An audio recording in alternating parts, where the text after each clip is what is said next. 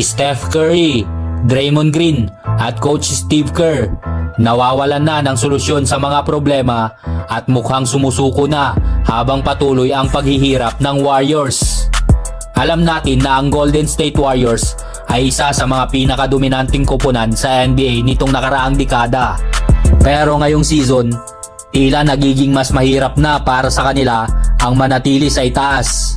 Sa kasalukuyan, nasa pang-10 pwesto ang Warriors sa Western Conference na may 20-20 record pagkatapos nilang manalo ngayon kontra sa Timberwolves sa score na 115-116. Ngunit, tila ang mga haligi ng team ay nagpapahiwatig ng frustration base sa mga komento nila kamakailan.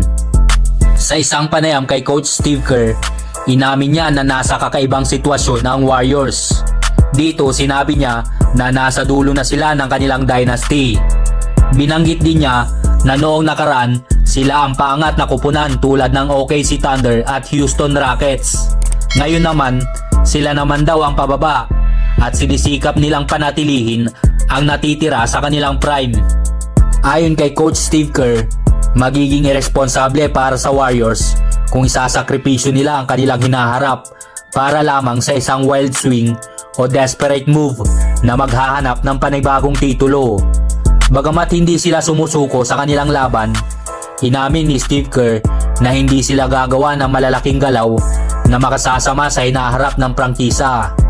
100% daw ang tiwala niya sa kanyang organisasyon na gagawin nila ang tamang desisyon. At minsan daw, ang tamang desisyon ay ang walang gawin.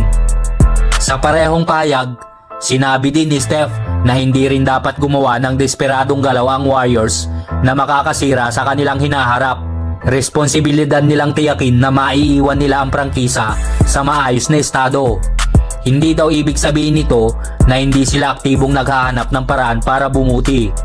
Pero hindi rin sila gagawa ng mga galaw na desperado lamang. Ipinapakita nito ang prioridad ni Steph ay ang pangmatagalang kalagayan ng kupunan.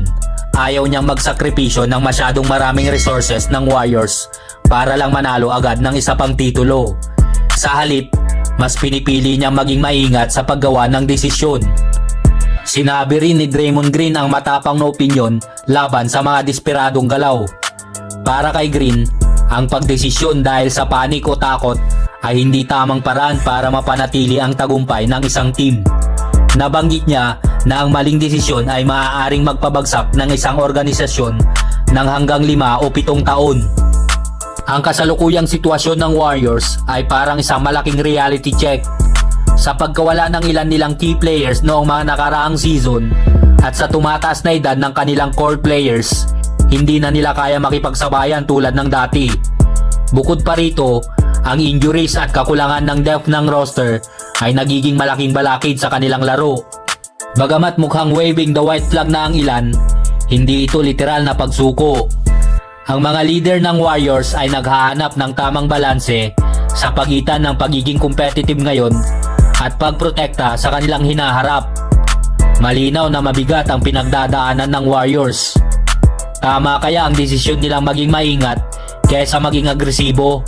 At may pag-asa pa kaya ang Golden State Warriors na makabalik bilang championship contender?